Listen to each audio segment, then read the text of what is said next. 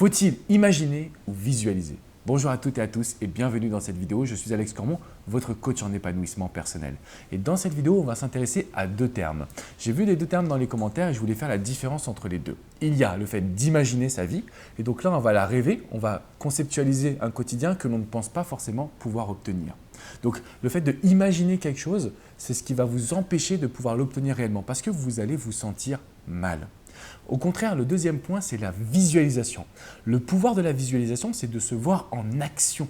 Donc quand vous vous visualisez, par exemple, si vous fermez les yeux et que vous visualisez parler devant 30 000 personnes, votre comportement, votre attitude, votre corps va changer.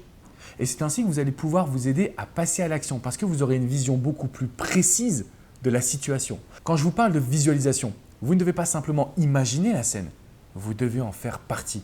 Vous devez sentir votre corps, votre énergie, vos émotions lors de ce moment présent. Parce que la grande différence entre l'imagination, qui est comme vous le voyez plutôt négative dans ma vision, de la visualisation qui est elle positive, c'est le passage à l'action.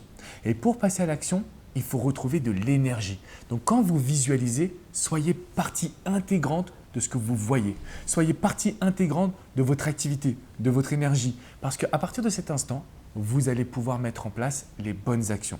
Vous allez pouvoir agir petit à petit, mais en visualisant, vous allez ressentir des choses que jusqu'à maintenant, vous ne ressentiez pas.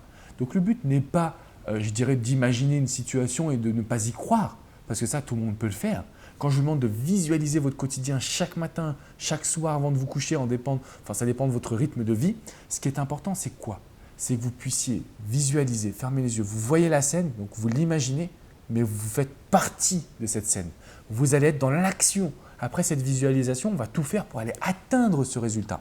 C'était vraiment une petite vidéo que je voulais vous faire parce que je vois beaucoup de personnes qui me disent « Oui, voilà, j'imagine la scène, ok. » Mais imaginer, ça ne suffit pas. Je veux le meilleur pour vous. Je veux que vous soyez capable de vous dire oh, « Je ressens les choses et ça me donne la force de me battre pour avancer étape par étape. » Si vous avez des questions, c'est dans les commentaires juste en dessous de cette vidéo. De mon côté, je vous invite à visiter mon site alexandrecarmon.com pour plus de conseils. Vous pouvez même également vous abonner. Là aussi, en dessous, vous recevrez toutes mes vidéos directement dans votre boîte email. Je vous dis à très bientôt et n'oubliez pas une petite chose. On n'est pas là simplement pour faire l'exercice. On est là pour ressentir les émotions.